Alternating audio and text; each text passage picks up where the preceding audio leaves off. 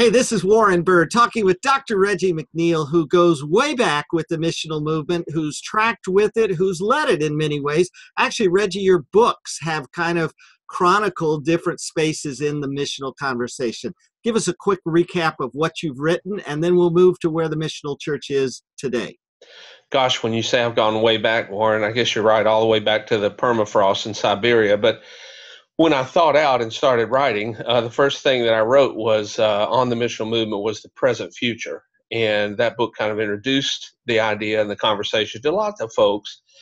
And that still is actually every week. I still have folks that that write, and they've just discovered this resource, and it kind of framed the conversation for a lot of people.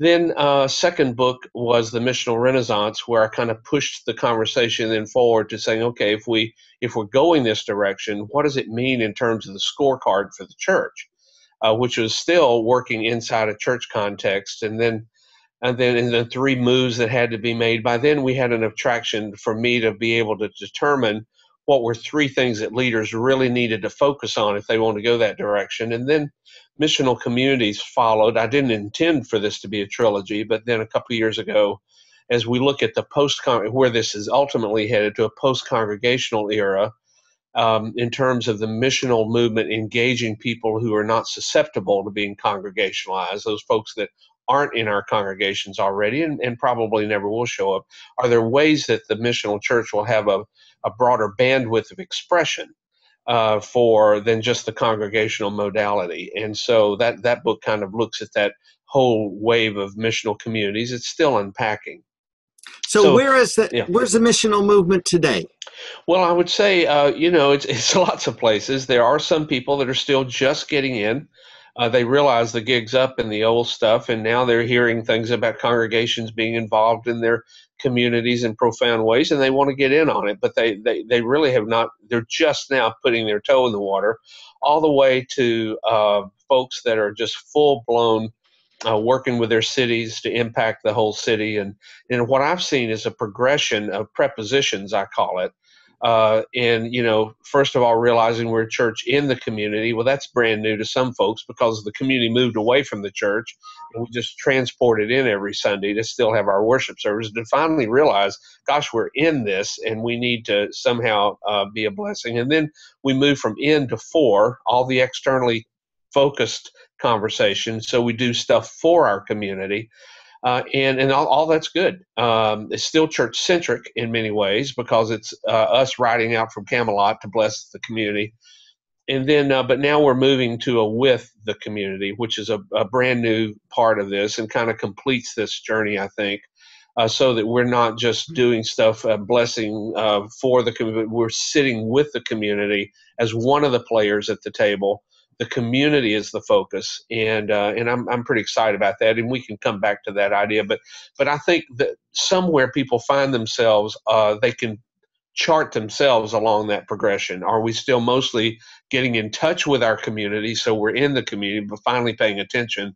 Are we really doing stuff for the community, or now we're moving out and actually engaging our neighbors and figuring out a way to bless everybody's lives together here? These are great measuring points. What worries do you have about the missional movement, and what encourages you about it? Those are great questions. In terms of what worries me, there are some congregations that are going at this like a missional program. I mean, so they're layering on community engagement on top of everything else they're doing. And it just shows that they just don't quite get it. I mean, they're still thinking of programmatic church response instead of seeing the church in a profoundly different way, which is what the missional church movement is all about. I mean, missional church is a redundant term, really, but if we actually, it's about how we see ourselves, how we see our role in the world, and that's different than a church-centric narrative. It's more of a kingdom narrative. And so what worries me is that folks that don't get that just run out and do, although I'm still bless God for anything they do that helps kids read or have food over the weekend. I'll just bless God for that.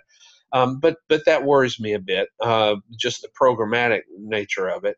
And of course, you always worry in a movement that it's going to calcify eventually. All movements do, but there are people that try to own it, try to tie it down, try to put it in their bailiwick and brand it as their thing, and it's too big. None of us own it. It is a movement by the Spirit across the board, and how it looks in Anglican circles, and how it looks in mainline, how it looks in evangelical circles. I mean, these are. I just wish people would not rush to brand. That would that would be nice, but I don't know. That's people. But what What, makes what, yeah, what encourages what you, and encourages what are the green edges of it? yeah, what encourages me is that that God put a whole cohort of folks on the planet called the millennials who have the core values in them. We had nothing to do with this. That are coming along and are actually going to support this, in fact, live out so much of what the missional church is all about. The notions of service, the notions of community, all of that. It's a very non-institutional orientation, but it is a serving and a blessing orientation. So I'm encouraged by that. I'm encouraged with all of the good work that is going on. One of the, for instance, in the green edges, what you ask about, I think the whole thing of building collaboratives with the community to really move the needle on big societal issues, I think that's a huge green edge. But I would also say there's a green edge inside the church, and that is how do you equip people to really be missional followers of Jesus? I mean, you can build a program church off anybody who will pay the ticket in terms of time, energy, money, but you can't have a missional congregation or missional church absent missional people. I mean, duh. And so, but actually, how you develop people, not just develop program consumers. I think this is one of the big struggles that's going on right now. We may call it discipleship. I think it's bigger than that. I think discipleship is a program for many congregations, and they think curriculum, they think a whole bunch of things. I think just how do you develop people, periods, and the church is supposed to be in the people development business. I mean, again, you can call that discipleship. I don't mind, but as long as you understand what that really is. So the twin green edges for me inside the church are building people, and even figuring out how to do that with the folks that we come across in our ministry and serving. How do we develop people? And then the second thing is this whole cross-domain collaboration, which is a different set of issues than how do we prepare for the fall sermon series. Well, unpack that a little bit. What is cross-domain collaboration? Yeah, well, depending on who you read, how you slice and dice, some folks use the word sector. I use domain. But we're talking about what makes up a community. So you have, of course, the faith-based domain and other social sector domains there, whether it's Red Cross or Salvation Army, humanitarian kinds of things. Then you have government, you have business, you have education, you have healthcare, you have all media. Again, you can run this up to 14, or you can see it just simple like public sector, non-public sector, and the social sector, or however. But building cross-domain collaborations mean that you actually, as church leaders now, we have to learn how to play in other people's sandboxes, not just invite people into our sandbox to our agenda, but how do we sit with the mayor and the police chief and the superintendent of education and the president of the Chamber of Commerce or and the neighborhood associations representatives, and talk about how we're going to collaborate on how to move, again, improve the quality of lives of people, move the needle. Like, for instance, I'll give you a couple for instances. In education, I'm working with several groups now that are raising books for summer reading, because we know that feeds into a kid's capacity to learn, to read, particularly early on, so they don't fall back. If they can have 3 to 5 books for the summer to read that they choose, then they won't lose retention, and it won't regress. It's huge.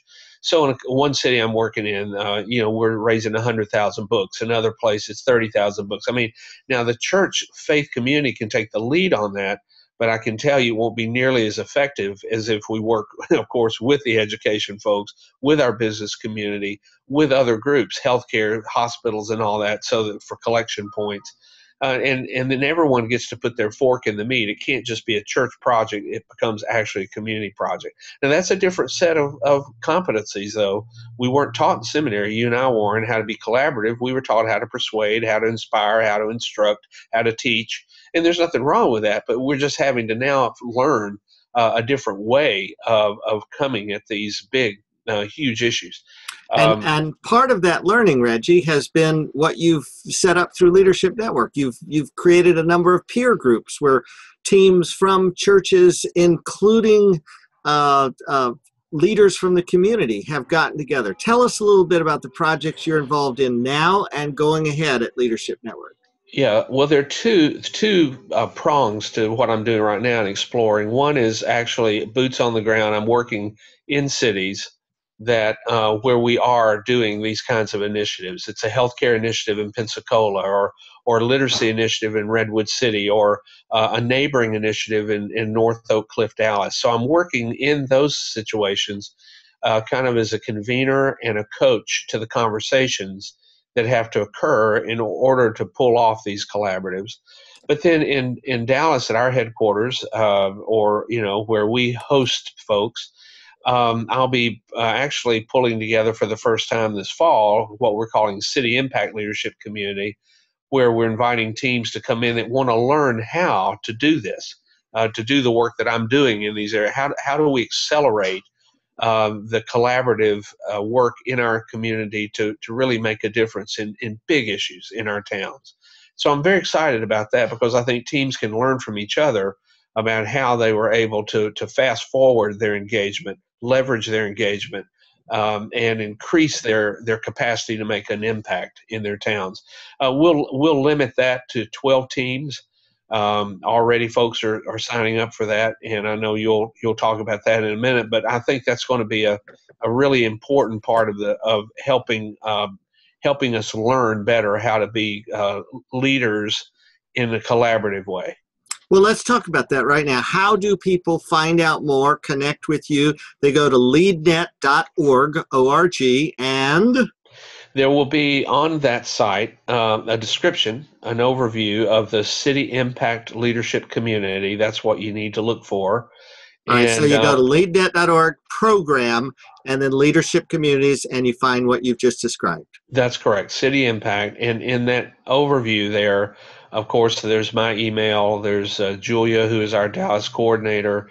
There's a place to get a membership application, get more information. Great. Reggie McNeal, always a delight chatting with you. You are leading the way, and it's great to be in partnership with you. Thank you. Well, thanks, Warren. It's good to talk with you as well.